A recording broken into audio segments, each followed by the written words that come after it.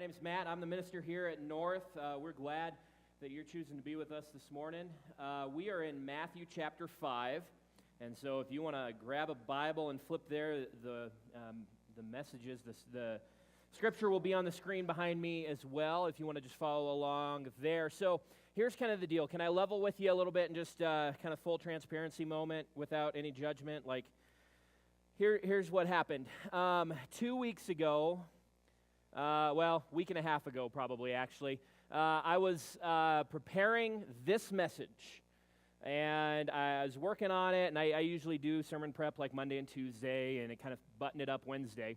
And Wednesday morning, I'm sitting in the office, and I'm getting sermon notes ready for Cheryl to put in the bulletin for the coming Sunday, which happened to be last week, which was Mother's Day. And here's the deal. I was looking at the sermon notes, and I just happened to look at the calendar, and suddenly two lights went on. One is, you're talking about adultery and lust.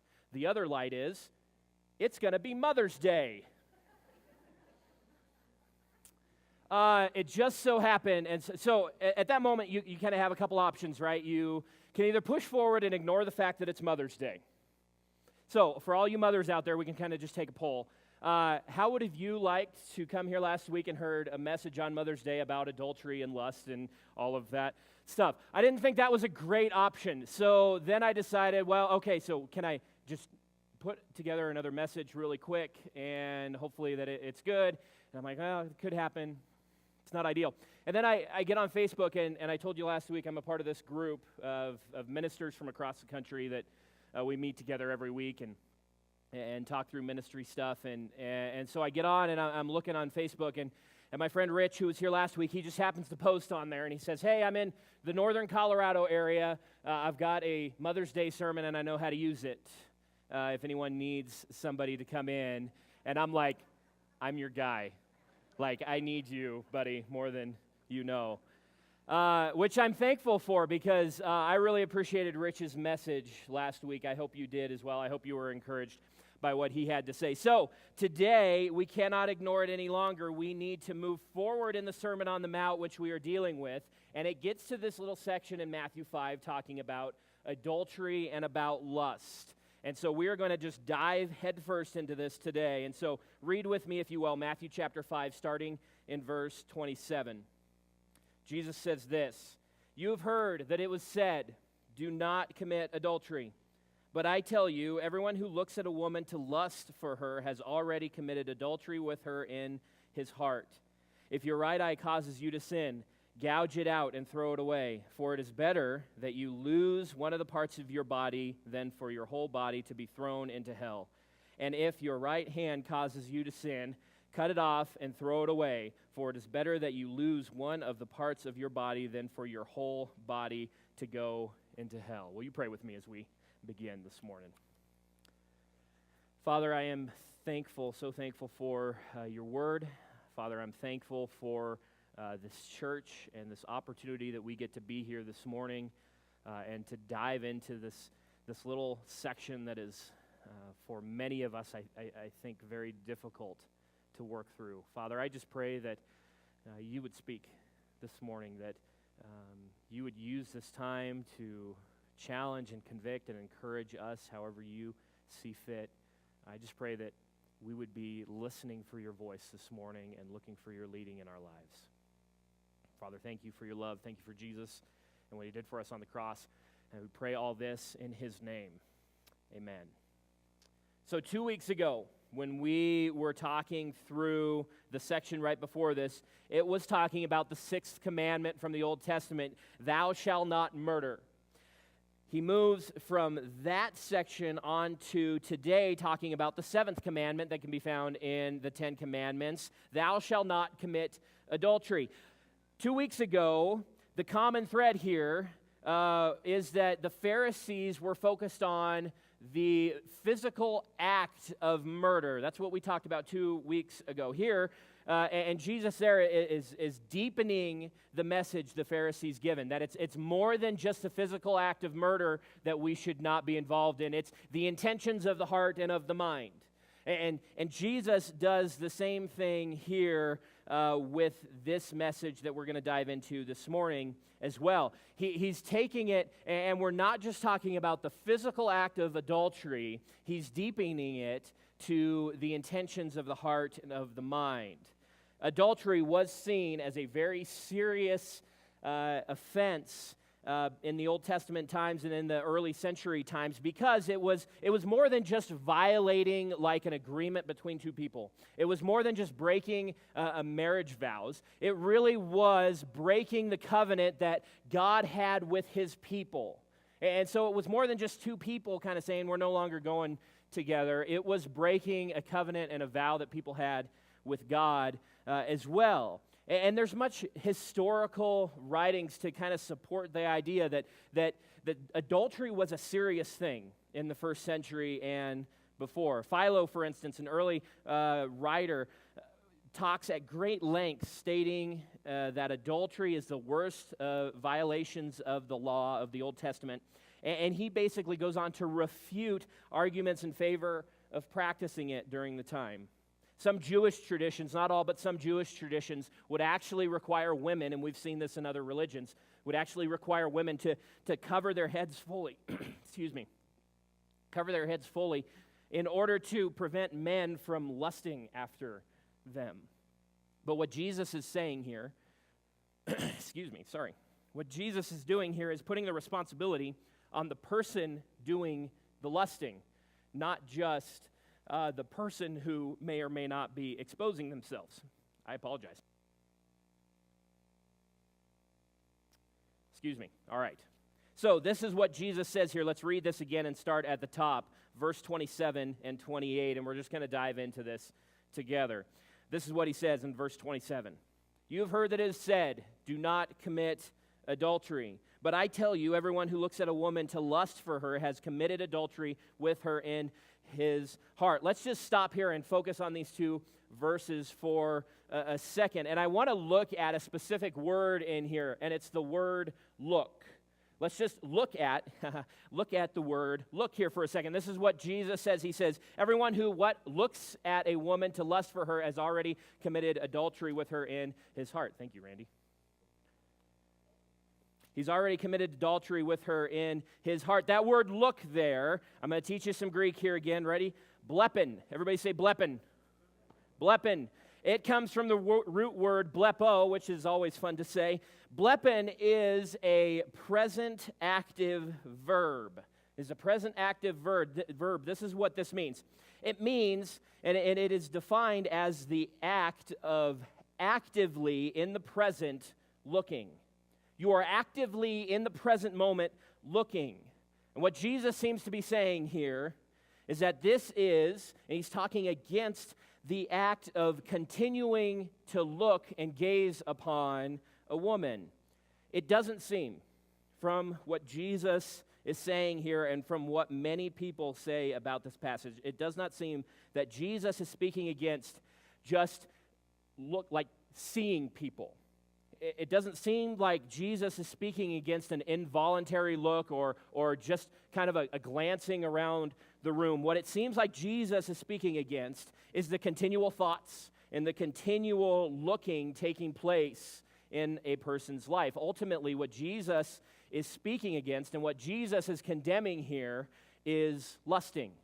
Jesus is condemning lusting. Jesus condemns the longing for the person. He condemns the desire to have them in their mind and in their lives sexually, to look at them with the purpose of lusting. That's what Jesus seems to be speaking against here. So what Jesus here is saying is that anyone who looks at another to lust after them, if anyone looks at another to facilitate thoughts of lust and allowing those thoughts to flourish in their minds, that person has already committed adultery with them in their heart. See, what Jesus is doing here is expanding and deepening the act of adultery beyond just the physical contact between two people. What he's saying here is adultery starts in the heart. Adultery starts in our heart and in our mind. Just like 2 weeks ago when we talked about murder. Murder starts in the heart and in our minds when we allow those thoughts to continue on. Adultery begins when we allow those thoughts in our heart and in our mind to continue on. We continue to look. We continue to entertain those thoughts. We may not physically be doing it. We may not physically be acting on it, but adultery begins in the mind. And here's the reality. Adultery begins before two bodies ever touch. Adultery begins before two bodies ever touch. Let's continue on. Verse 29 it says this: If your right eye causes you to sin, gouge it out and throw it away. For it is better for you to lose one of the parts of your body than for your whole body to be thrown into hell. And if your right hand causes you to sin, cut it off and throw it away. For it is better for you to lose one of the parts of your body than for your whole body to go into hell.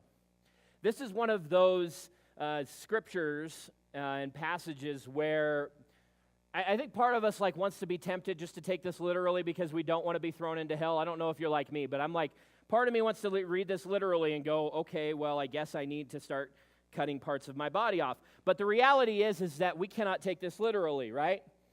We can't, every time that we sin, we can't cut off the part of our body that caused us to sin, or else we would be walking around without being able to walk around, really, right? So I don't think this is one of those times where we can take this literally. And if you really pan that out, because we kind of need to play this out, if we really think about it, is it really our hand alone that causes us to sin? Is it really our eyes that cause us to sin? Is it really our feet that take us to places where we sin? I think if we really think this through, it's not any of those things. We have to be quick to realize that the main thing that causes us to sin in our lives is our brains, which is our minds. And so to take this statement literally, and you understand the problem in taking this statement literally, is that then we would have to remove our brains. And I don't know if there's anybody in here who's tried this or not. I have not. I don't think this is going to work out very well for us. So what does this mean then? Well, we need to take this not so literally, but I think the meaning behind this and what Jesus is speaking about is pretty clear. Jesus is telling us, do whatever it takes in your life to not sin.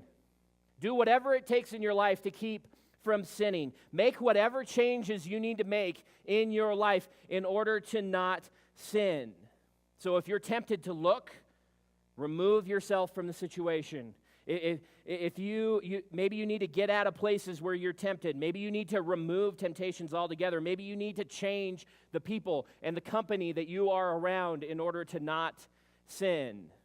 See, I think Jesus compares this to cutting off a hand or removing an eye, because at times making changes necessary to not sin in our lives can be as painful as possibly cutting off a hand or removing an eye. It can be painful to make these changes. It can be painful to make changes in your life to not sin, to not be tempted. And sometimes those changes that are needed in our lives in order to keep from sinning are as painful as removing a part of the body, because you're removing part of who you are. You're removing part maybe of your identity that you have had for years and years or decades and decades. And so part of you ultimately is being eliminated. But Jesus is saying here, do whatever you can, do whatever it takes in your life to not sin. And there should be no limit on this. We shouldn't just cap it off and say, well, I'll make these changes up until this point, but these certain things are off limit. There should be no limit to this. Jesus is calling us to do whatever it takes to not sin. Give up whatever it costs. If something is important, like a hand that is causing us to sin, we need to be willing to give it up. If something is as important as an eye that's causing us to sin, we need to be willing to give it up. This is what Jesus is calling us to. This is what Jesus is calling us to, church. And this message that Jesus is speaking here in Matthew chapter 5, and we've been diving into these just few verses throughout the Old Testament and the New Testament. This is not an unheard message. Like this is a common message that we've heard throughout Scripture on the topics of sexuality and adultery and lust. Just a few places. Proverbs chapter 6, verse 25 tells us not to lust in your heart for a woman's beauty or be captivated by her gaze. Job talks about making a covenant with your eyes. 1 Timothy and Galatians 5, in the midst of kind of listing out sins of the flesh, lust makes the list in both of those places. These are just a few where this topic is talked about throughout the Old Testament and the New Testament. Ultimately, what Jesus is doing is Jesus is talking about the intentions of our hearts. Jesus is talking about the intention of our hearts and of our minds. Proverbs chapter 4, verse 23 says this, "Guard your heart above all else, for it is the source of life." Guard your heart above all else. Jesus is talking more than just the action of adultery here. He is talking about what is going on in your heart and in your mind. And here's the reality, and this should not be new information to us. This should not be shocking to us. In our culture, in our society, Satan is attacking us in our hearts and in our minds in these areas in as many ways as possible. I mean, just look around as you work your way through town. Drive down the street, turn on the TV and flip through the channels, watch a sporting event, scroll through Netflix and see the shows and the movies that are being put out there. Get on the internet for just a little bit of time. Satan is attacking us in these areas constantly. We are surrounded with the attack of the heart of who we are as believers. Our culture is saturated with sexually explicit images. Advertisements range from underwear to pills to what could be considered softcore pornography. Pornography in and of itself is more accessible now than it ever has been before, simply by pulling out your phone. The ideology that sex sells is true, and culture is embracing it. It's eating it up. Satan is using all of this to attack the hearts and the minds of believers, to hurt us, to bring us down as often as we just drive down the street or turn on the TV.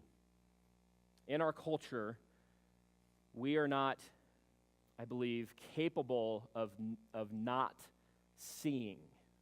In our culture, I don't believe it's possible for us to exist in a city, in a town, and not at least see some of this happening around us without us like uprooting our lives, moving off to the mountains and like going off the grid and starting a completely pure, colony up somewhere removed from everything. I don't think it's possible for us to go through our lives without at least seeing it, but I think in our culture, we as believers are absolutely capable of not lusting after it.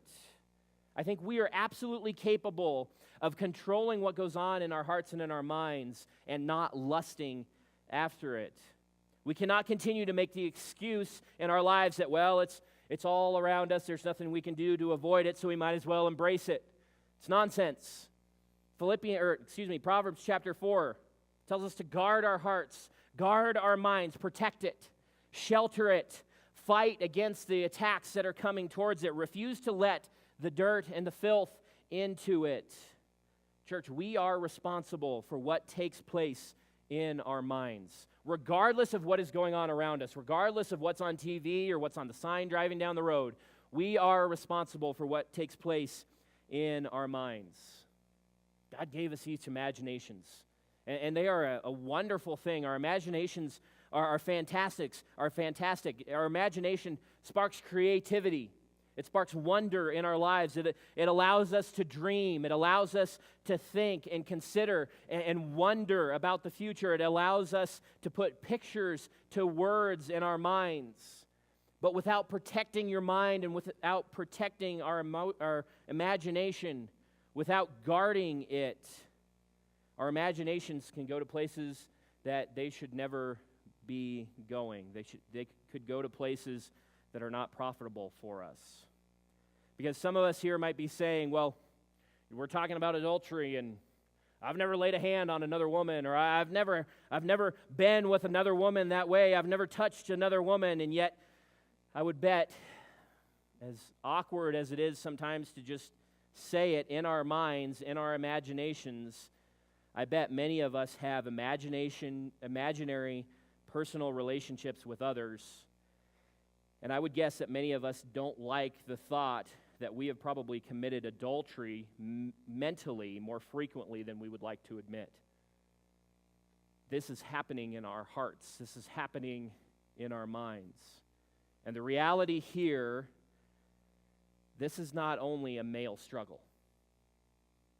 The reality is that this is not just for guys. To read Matthew chapter 5, these little verses that we have here, to read this and believe that this is only talking about men falling short, to define lust as when a man looks lustfully or desires a woman in his mind, to define it that way is an incomplete definition, because surveys will reveal that upwards of 90% of women face very similar sexual temptations on a daily basis, just like men do. This is not a male-only thing. This is a culture thing. It has no demographic. It has no gender. It is man and woman, young and old. And church, we can't ignore this conversation. We cannot just skirt around these passages.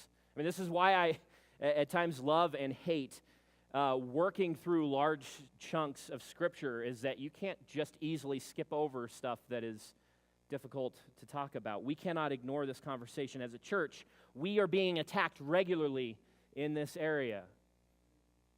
This is not just an unbeliever struggle. Regularly, on a regular basis, ministers, church leaders are being accused of misconduct. And this is misconduct that is actually taking place physically. That doesn't just happen. There are things that lead up privately, mentally in these individuals' lives. Porn use is skyrocketing in America, and studies will show that there is no difference in porn use between believers and unbelievers. It's not limited to just church people. A study published about 8 months ago revealed, among other things, that 55% of men and 25% of women watch porn at least once a month. Lust and locker room talk is accepted as normal conversation. Facebook, Instagram, Twitter, and other apps have turned into a place where we can find just about any picture of somebody wearing as little as really the rules will allow, which is very little. And then we turn around and we have men that are ridiculed in our culture because they're actually trying to protect the relationship that they have with their wife. People like Mike Pence, Vice President Mike Pence, are ridiculed on the public stage for trying to protect themselves and honor their marriage by not taking a meeting alone with a woman or going out to a meal alone with a woman that's not his wife. And this is seen by culture to dishonor women, when in reality he's just trying to honor the vow that he took with his wife before God. Church, we have to talk about this, and we have to fight against this. And in order to fight against this, we have to bring it to light. This is much bigger than just a physical affair and divorces, which is actually what we're talking about next week. So come back and have another great conversation. This conversation about is about what's going on in each of our hearts, in each of our minds, men and women, young and old. But here's what I know, is I know that Jesus desires restoration. I know that Jesus has a way out for us, that Jesus provides a way to fight against these attacks that we have in many forms. And so this morning, as we kind of wrap this up, I want to propose 3 different things that we can do today. If you find yourself in this position, if you find yourself struggling with these things, there's 3 things that we can do today to begin combating this. First one is this: we need to talk about it. We need to talk about it.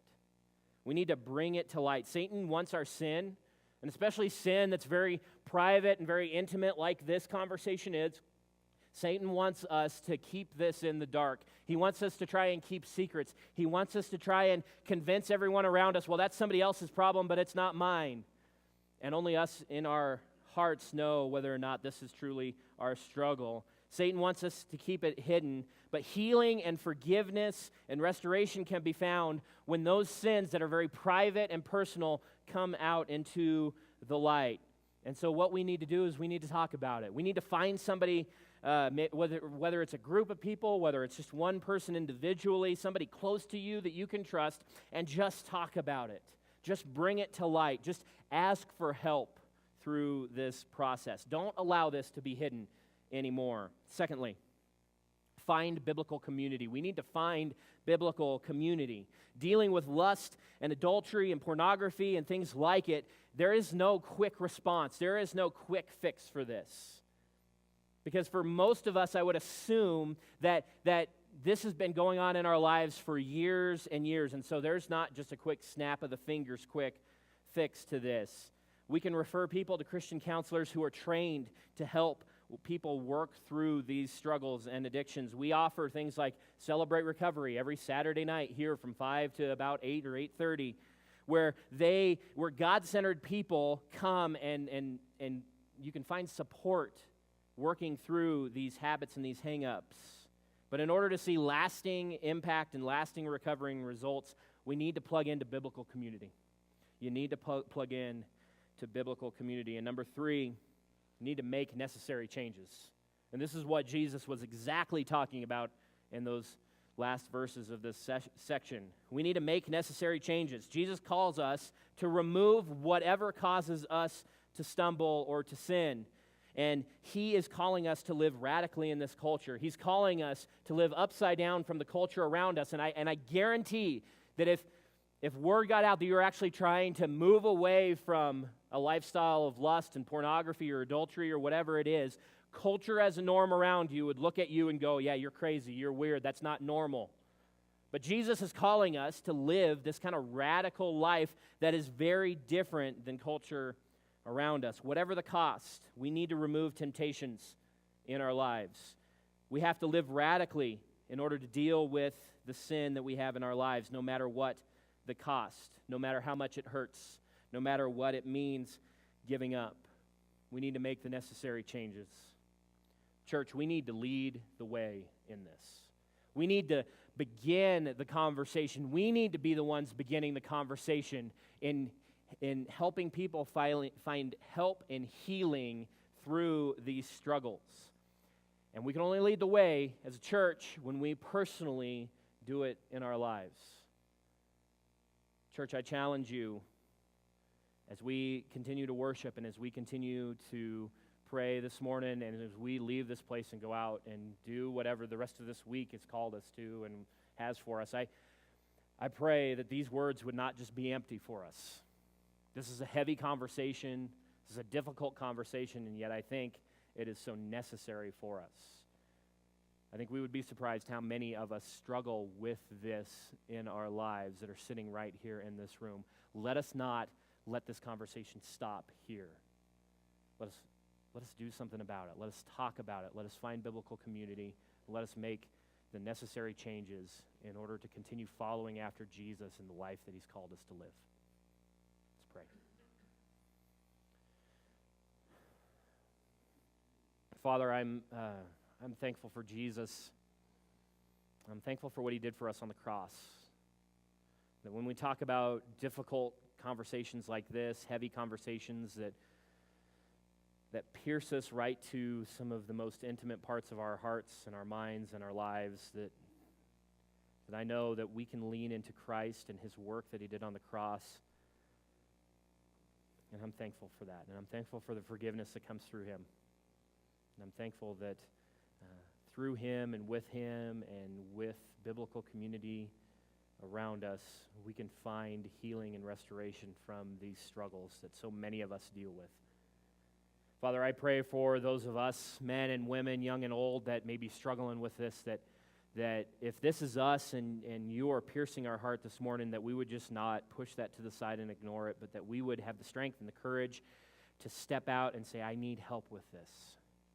To find somebody around us that we can trust to begin the conversation, to reach out to a group or a counselor to find help.